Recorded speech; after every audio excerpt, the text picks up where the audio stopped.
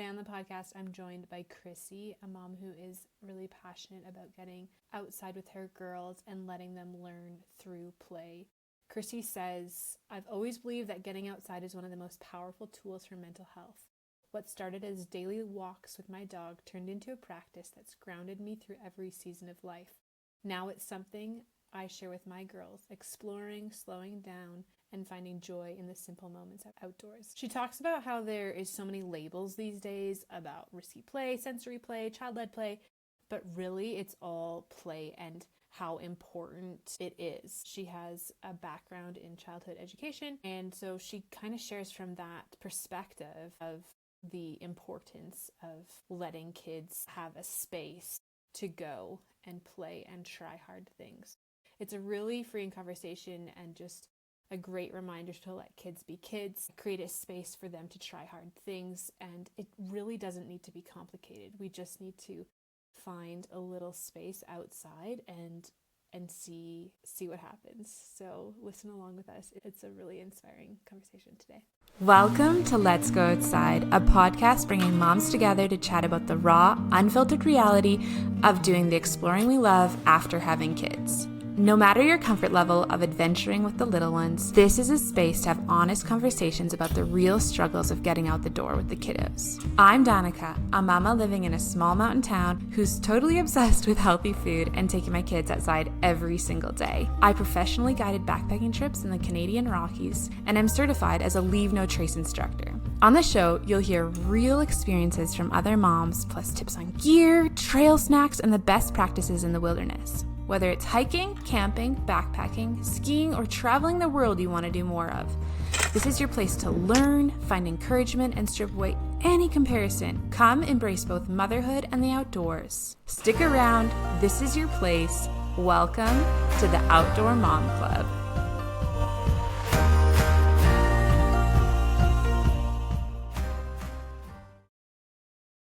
Welcome to the Let's Go Outside podcast. I'm super excited to have Crissy Martin on the podcast today.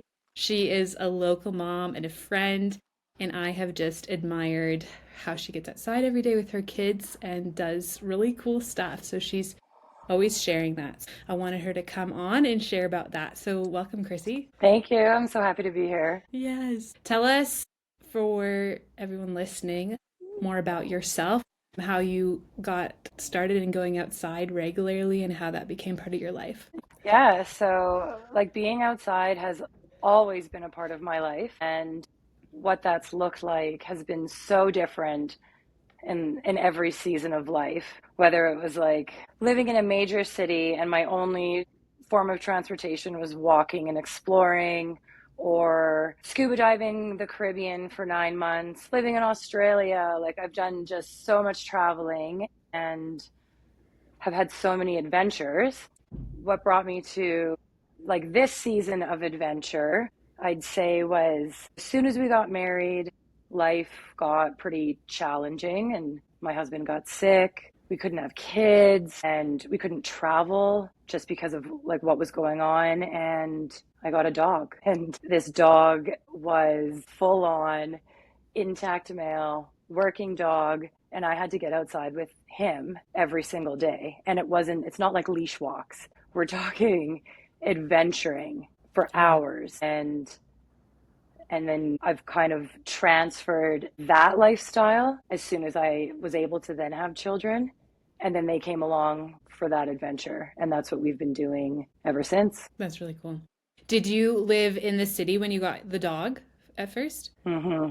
Yeah, we did. Yeah, we were inner city, and yeah, so that was like getting to the rivers, getting to the parks, getting to the mountains, just to take my dog out. And do you feel like you felt confident in going outside because you had a dog with you, maybe being alone, or was that something that came later? No, absolutely. No, definitely. And I think that has been one of the biggest levers in the places I go now, because then after that, we've obviously moved into a more rural area. And if I have him with me, I will go anywhere, because he will notify. If there is a scent coming in the distance, he will point it. And I mean, it could just be garbage, but yeah. still he keeps me aware, and I just feel so safe. That's so good. Do you want to share a little bit about your family and kind of what kind of adventures or what outside looks like for you guys today and why you still pursue it? Yeah, absolutely. So it's funny. So today I had posted a story, or I put up a story, and it was basically nothing. We like the dogs were running into these like eerie trees, and my oldest was dancing as she's walking along. And then I got a phone call from a girlfriend of mine, and she was like, oh, first of all, like, is it winter there? It looks miserable. And I was like, well, today was just a little gray. It's not that bad. And she was like, I just don't understand. Like, what are you doing out there?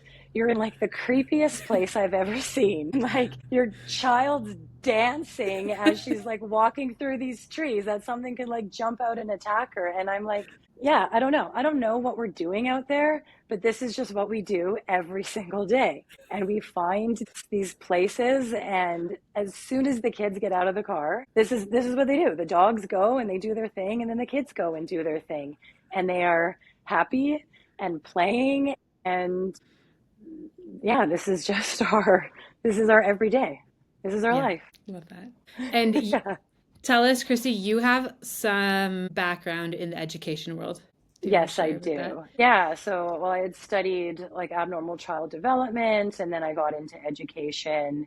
And yeah, so I was teaching for a bit, which I loved, absolutely loved. And so now I kind of take that and implement it in my home. Okay, and so from that, did you learn about the benefits of playing outside and like what that looked like? And I'm curious today, like to kind of talk in our conversation about unstructured or child-led play, and curious if that was ever talked about in your schooling. Yeah, it was. And this is what I find so fascinating is like now, especially with like so much social media, is that everyone has these labels for these things. And it's like child-led, unstructured. And it's like, this is what play is. Play is just play.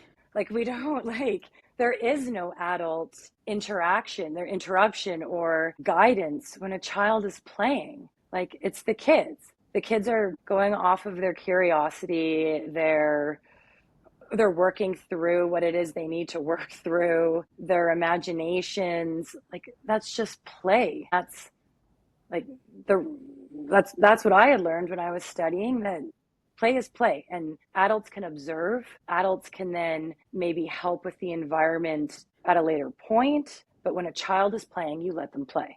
You don't interrupt them. And I find it so interesting that now this is child-led, this is, or like whatever unstructured play, like whatever the term is that we need to label it, when it's play is play. And I think we have an expectation these days that we put on ourselves that maybe we don't even realize, of interacting with the kid more than we actually need to, and kind of creating a situation where they can have fun or do an activity with them. But I think you're right. It's like play is play. They're figuring it out.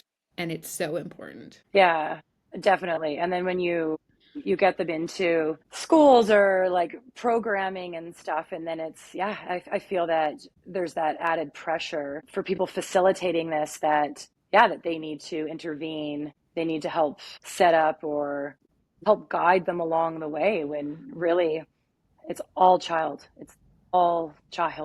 what their imagination is doing or what they're collaborating with the other kids. It's all on them. And it's so important. Mm-hmm. And so I guess that there's also a chat on how this is like really key in the young years, I would assume, and how like they need to do a lot of this.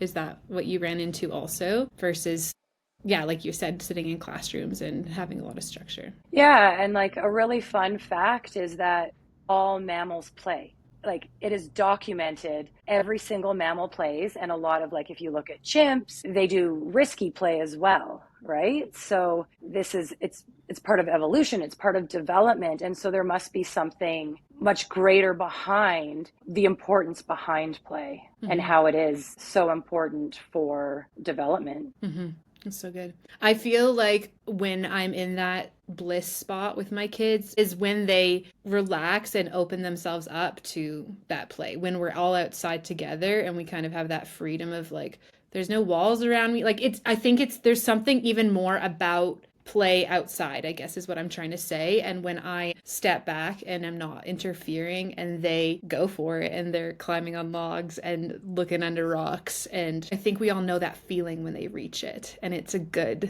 feeling. Yeah, I like it's beautiful because I couldn't agree more that inside I feel that they need like a bit of a space set up in order to have that same creativity come out. Whereas when it's outside, it's like the world is their oyster. It is open. There's no boundaries. There's this safeness in exploring and creating. And yeah, it's incredible. Like free play, child play, play outside is just a completely different world. Mm-hmm. Yeah. And I would say also, like going to a playground versus going to a field with a few trees, like you will notice the difference also.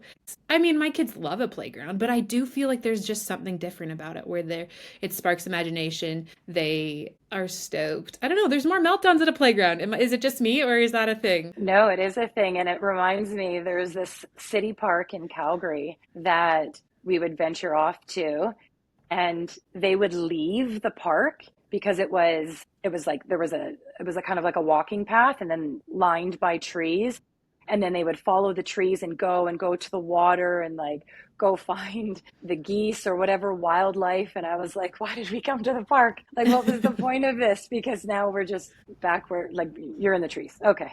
Like, let's leave. Which is just it's freeing because that's the most, well, for us, we're pretty lucky, but it's the most accessible thing. Like it's the free thing. It exists where we live. We're super lucky to live in Canada where there is lots of nature and wild. And I think maybe about my sister who lives in a big city in Kenya and there's not as much green space there.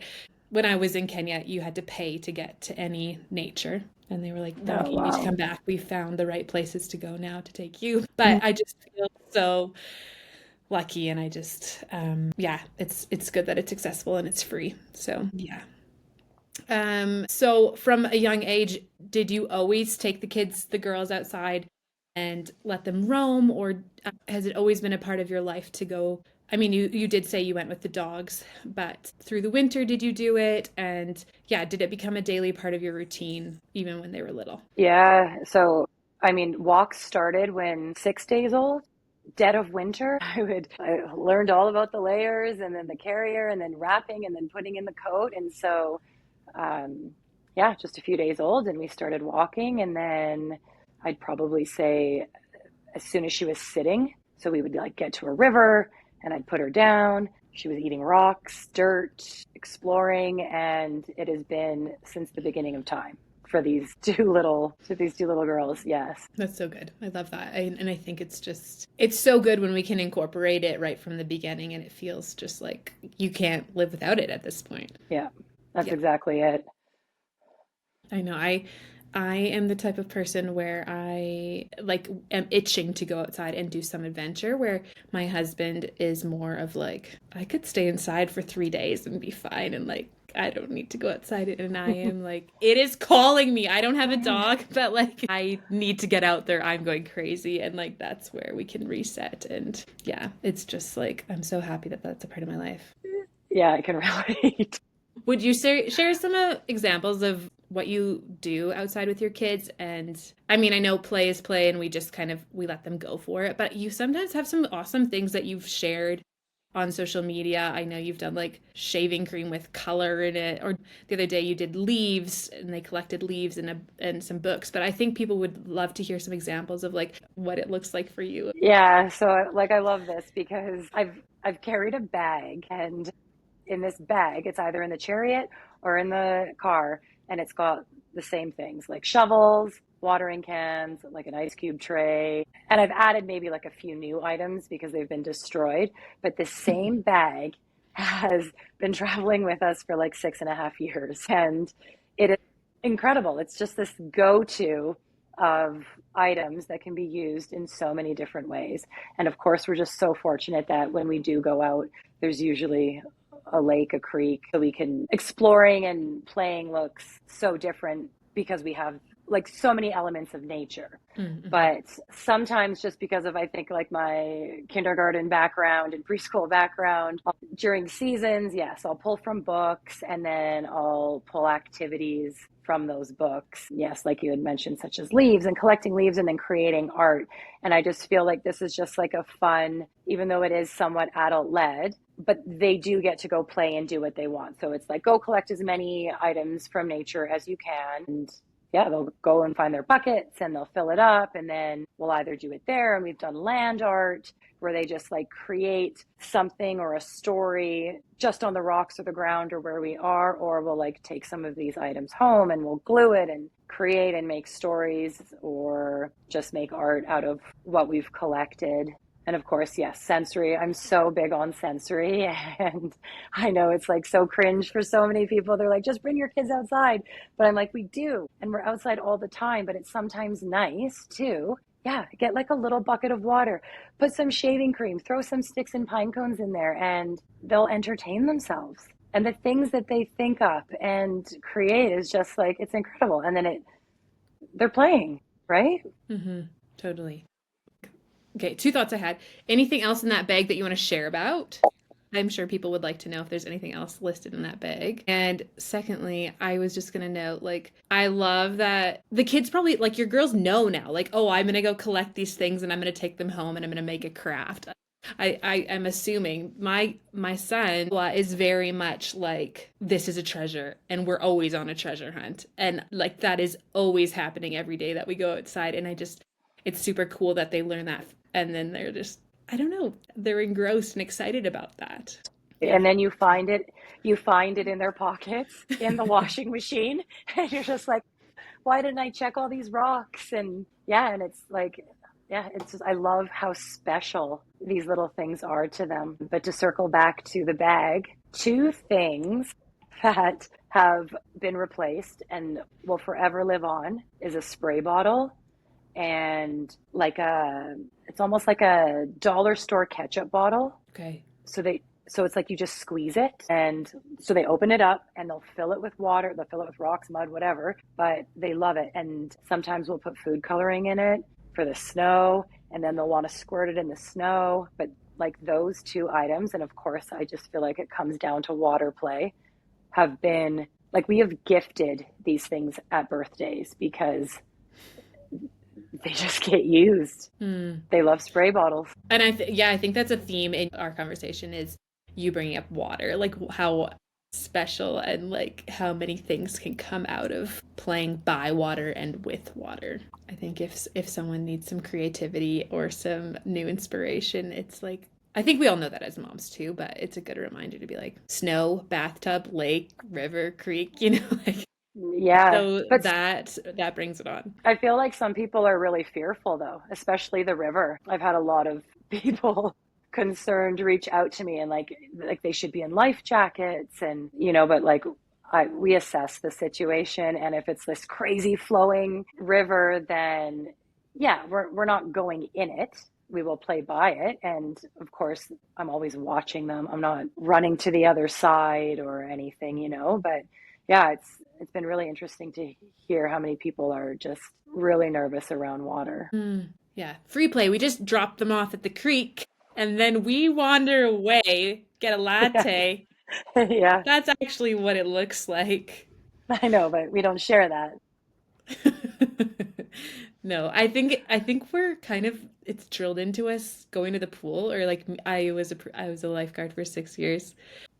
Just to have, like, we are very aware when you're in that moment with your kid by water. I think we are aware, we know our kids well. And I think you do need to know your kids well when you go to the water. But in those moments, you're present with them is what I'm trying to say. Yeah. Yes. Yeah. Exactly. You know their boundaries. You know how well they can swim. You know them the best. And I think as moms, we have to guide them with that too. And if we're fearful, there's nothing wrong with putting a life jacket on them, right? Yeah. In the summertime, I will. because I know that we're actually going above the knees, and I'm ready for that to like kind of knock them over. But I'm right there, ready to grab them if they do. Yeah, it's in the winter, no. But yeah, summer, Yeah. yes. I feel like the rain boots these days are kind of my guardrail. Like it's kind of like, well, if you walk in further, you're going to have fully wet feet and then it's not fun for anyone. And I think that kind of, is a guardrail for them to be like, oh yeah, I don't actually want to go any deeper than this right now. So Yes. totally. But that is, that is a totally legitimate fear, I think, being around water. And it is very real. And so I think it's something that we have to navigate on our own journey as a mom, as a parent. But do you have any other thoughts on risky play and how you go about it? Maybe even share examples of things that you're uncomfortable with or that you had to process through or become more confident in.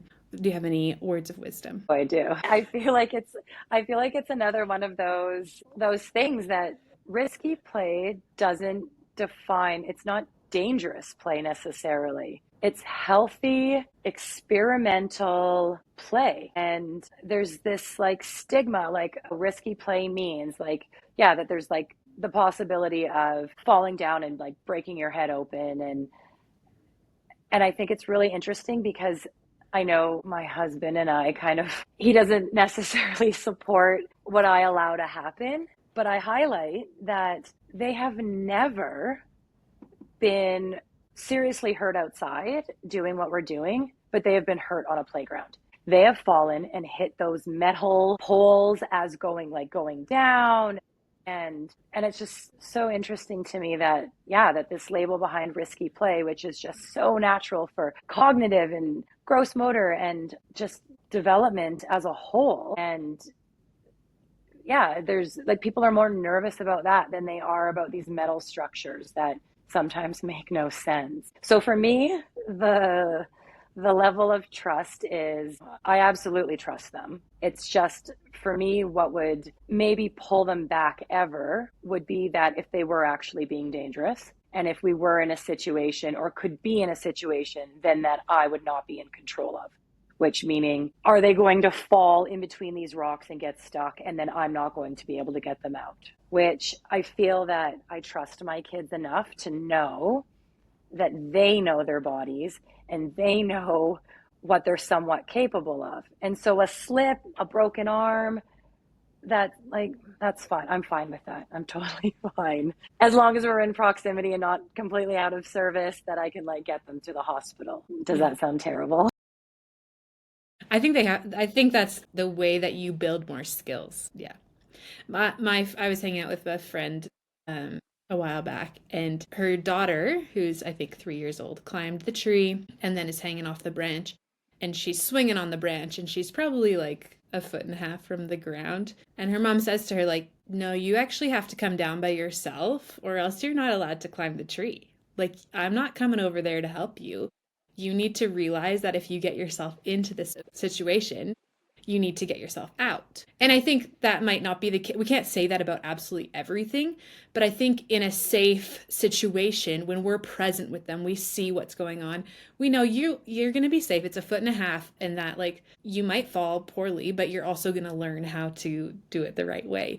And so lately I've been saying to my kids, like, if you want to go climb up on that rock with your older brother, you need to be able to come down by yourself. And so that's kind of been what I've been thinking about lately. And I think my kids have really gone with it well. Yeah, and that's incredible because actually when I was studying education in early childhood, that was one of the things that they had said. So when you're guiding a child, you let them know that if they are going to be doing this, they need to be able to get themselves out of it. And so I've always done the same. Okay. That's good to hear. I feel like I'm always going with my gut. It's not always something that I have researched. So I like talking to you and you being like, yep, that's actually a great way to parent, Danica. I like that. And it's really cool. Sorry. With No. risky play too, is that, so there's this theory that, so when a kid's doing something and their heartbeat is elevated and they're nervous and they're unsure of what they're doing and then they get themselves out of it, Like that's a huge developmental milestone for learning to deal with their body's reaction to stress. And that, so there's this whole, what's the word? I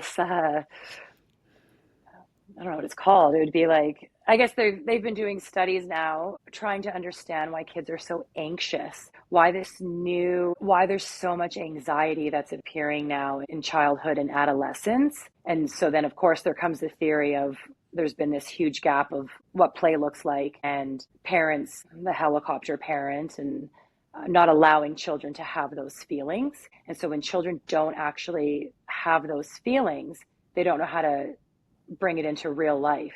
So if something were to happen to spook them or make them uncomfortable, it goes back to this like juvenile risky play and learning how to move forward and through it and having that confidence of getting out of the situation. And kids not having that now is actually causing other problems like anxiety.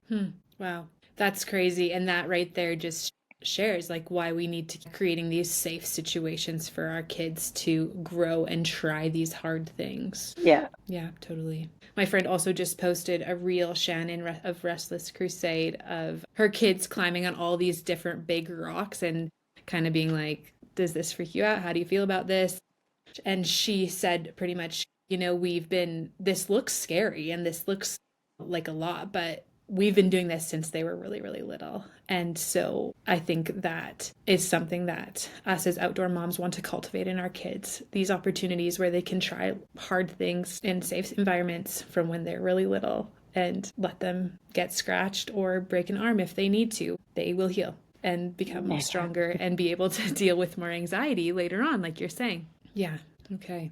Any more notes on risky play before we keep chatting? No, I think we covered it. Okay. As a somewhat crunchy mom, I care about the fibers my kids wear.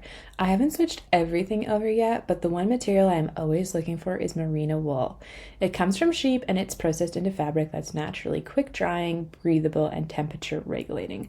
For base layers, especially ones my kids wear repeat on trips, merino wool is my first choice. So I wanted to tell you all about Wee Woolies. They are a Canadian company that specializes in kids' base layers, making ultra soft wool from New Zealand sheep. Their clothing comes in many fun colors, keeping kids warm when it's cold and cool when it's hot. For Let's Go Outside listeners, use the code Let's Go Outside to get 10% off your next Wee Woolies order. The link is in the show notes. If you are into making healthy homemade snacks, I wanted to let you know that I have a huge library of homemade muffin recipes. They're all healthy. My goal is to make them nutrient dense with things like fruit, high in protein, whole wheat flour, low in sugar, no dairy. I mean, whatever you're looking for, it's there. The goal is that it won't break the bank and that you can actually find these ingredients, most being in your house. So go to besidethemountain.com/muffins and you'll find all of my recipes. My favorites are the gingerbread pumpkin muffin, the whole wheat apple muffins with banana, and the blender orange muffins. You're going to love them. Tell us about any growth you've noticed or been impressed by, maybe with confidence, creativity, problem solving from giving your kids playtime. I mean, I'm asking you this question, but I also am like, well, you've always done this for them. It's not like you have this drastic point of we didn't do it and now we do it. So answer how you want. Yeah, so I don't really have a comparable within the family. However, I can notice when we are with other children who haven't been exposed to maybe a similar lifestyle. And so with that being said, my children are climbers. They are extremely confident, competitive in a very healthy way, and they are fearless. They are loud. They are, I feel, all the things that children should be, sometimes a bit too much. But when you compare it to kids who unfortunately spend a lot of time inside, and they're very different children. And yeah, so the oldest is 6.5. There's a huge difference between some of the peers and her. And I'd say too with, yes, like with the climbing and the risk taking, Whereas I feel some of those other children just would quietly not adventure the same way that she does, you know? Mm-hmm. Yeah. I don't necessarily know that that's better or not. But yeah, I feel like you can definitely see a difference between indoor kids and outdoor kids. Mm-hmm. I think I see it in my son, the creativity of it, just the free space he has to think about, and the time that we give him to practice being bored and coming up with stuff. I see that in him versus his peers, I would say, is something that And I've really noticed. and how about the focus? Do you find that he can just focus way more than a lot of kids? I feel like that's a hard question to answer just because I feel like I haven't seen a lot of other peers' attention spans, but I do see him get fully invested in scissors and tape and a piece of paper for an hour straight, and I don't think that's common, sadly. But I would also say I notice when we are maybe spoon feeding him activities, I would say, and then we kind of stop doing that, and then we go back to like, okay, now it's free time. Like, come up with something. It's harder because it's a skill that he has kind of worked on and he remembers and he kind of figures it out. But and so does that make sense? Like with time, he's good at it, and he has to, as we cultivate it, he gets better at figuring out what to do when he's bored and actually getting really creative and becoming like an engineer of the things that he's building. Yeah, I would say that's focus. Yeah. Yeah. Crissy, what tips or strategies do you have for other moms who want to do more play with their kids and just let them be more creative and have these opportunities to do hard things? Do you have any insight? Yeah, so I'd say it looks different inside than outside. And so what could be really fun inside is to set the space, which is as simple as, before you go to bed, you set up a few things, and these few things don't have to make any sense. Like I can remember going and getting like the swatches of different colors of paint, and you put a few of those out, and then you get some rocks, and you could put paint, or if you don't want anything messy like that, then you can add like a few toys that you have at home, and you just like set that out on a table, on the floor, depending on the age of your child, and when they wake up, see what they do with it. Now, for outside, I think one of like the coolest things, like at least for us, has always been walk. And sometimes they suck so bad doing these child-led walks, but like follow their lead. Have no agenda. Make sure you're warm or cool enough, depending on where you are, and pack some snacks, have water, and just go for a walk and see what they do. And you could be very surprised with how long that ends up lasting you. Mm-hmm. Good. It's a good reminder because I think often my walks are very adult-led, and so I think usually I'm like at the destination, then we'll be child-led, but the walk is adult-led. Yeah. And so I think that's a good reminder for me also, just to be like, okay, we're gonna go at your pace. But on the flip side, like we do that tons too, and it's like I'll get in the chariot and I'll be like, you're listening to the yodel player, you are just to zone out, listen to that, here's a snack, and then when we get to where we're going, then you can get out and we can explore. And especially if you are actually like going the distance and needing them to sit in there because not everyone can just walk out of their house and be somewhere cool, so that works too. And then yeah, and I think that's so good to kind of decide that before you get out there. I think it's a good reminder to be like, okay, think about it, Danica, like this walk is gonna be for the kids. You just need to like suck it up and be okay with that. And I think that really can change how enjoyable it is. It does. Yes, absolutely. And I think there's ways that you can like make that super enjoyable for an adult too. I mean, I think the more we do it, the more we're like, oh, this is actually so fun for me just to watch my kids and like see what they come up with and like watch their imagination and get involved. But also I think if that's hard I know I have friends and people in my community that, you like going fast paced, and that's like, you need that. And I think there's ways that we could make that more enjoyable, like bringing a friend, getting a drink before you go out and do that kind of thing. and then just seeing what happens and letting it unravel. Yeah, and I think expectation is everything, because I can recall so many times being like, I'm going on a hike, and then the hike just not happening. And obviously, depending on where your child is at with play and age, but like I'm at the point now with the girls that I can like sit back and relax. And it's not that I can like read a book, but I will be there, but I can listen to a podcast for a little bit and then come back and check in, because when they're playing, I'm leaving them alone, right? And unless they need something from me. So it's one of the things that I carry in my car is a chair. When we get somewhere, I can just pull out the chair and chill out while That's they good. play. So good. Okay, as we close out, I've got my final questions that I ask everyone. Crissy, I'm going to ask you, would you share a story about one of your favorite moments outside with your kids? Yeah, so I've got so many. However, I do want to share. It was really cool that we have some friends that we often play with, and the kids just get along so well. And this one time, we did a little hike. We got up towards the waterfall, and there were these like, I hadn't walked over to where the rocks were, but there was just these big boulders, and the kids were playing on the rocks. And I was just getting like a little bit uncomfortable and was thinking that, oh, like if my youngest one did fall and slip between the rocks, and I was like, I wouldn't be able to get her. I don't know if rescue could come down here or what that would look like.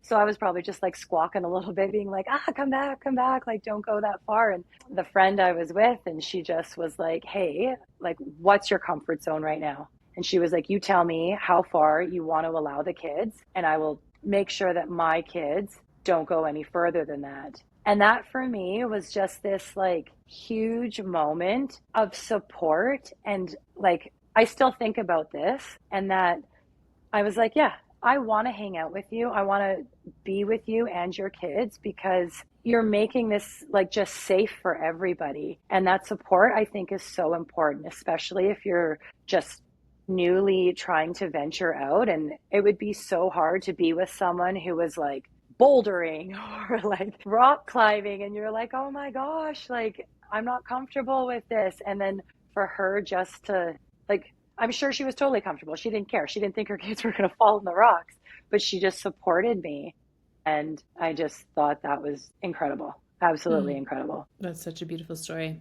Thank you for sharing that. What's one unique tip you have for moms who want to explore more? Yeah, so the walking piece, I think going for walks, you know what? It's just do it. Whatever it looks like to you, you do it. And you take those baby steps, and you get out, you go for that walk, you get the kid on your bike. And if you get somewhere and you're like, oh, should I get off the bike? Should I stop and wake them from their nap in this stroller? Absolutely. You do it, and you take them out and maybe explore around a small area, and then get back in and go home, and you've accomplished something, and then it'll just get bigger from there. Totally. I think that's called chasing the whimsical. Yeah. You gotta go with your gut when you feel like this is gonna be a whimsical moment. I gotta wake the baby up, or I gotta wake the kid up. We gotta do this. Yeah, that's good. Okay, Crissy, tell us where we can follow along, or any call to action you want to share with us. Yeah, so you can follow along at Wild's Play. I have an Instagram set up, just documenting. I try to do our daily, but it's not our daily. It's I post when I can. And yeah, I mean, I started this account to inspire, because I know so many of my friends, especially like everyone in the cities, just don't get it and don't know where to start. And I feel like what we do is the simplest form of the grandest of being outside every single day. So it's just to showcase how anyone can do it. Mm-hmm. You can drive out to an eerie forest, and your kids are going to start dancing eventually if you keep doing it. They will. Play some music if you have to on your phone out loud for them. Whatever works. Yes, I feel like you are pretty consistent, and I feel like you do have some awesome ideas. So, yes, I think so. Thank you so much for chatting with me, Crissy. I know that this is going to be super inspirational. Well, I hope so. I'm just so passionate about talking about this, so thank you. Hey, thanks for listening today. I'd love to invite you to join our Facebook group, the Let's Go Outside Facebook group. It's where the conversation keeps going with other moms. We kind of chat about what our favorite places are. I like to encourage people. It's just a really cool place to meet more moms. So you'll find the link to that group in the show notes, along with everything we mentioned today, whether that's gear or the places that we like to explore. So thank you for being here and being a part of this community.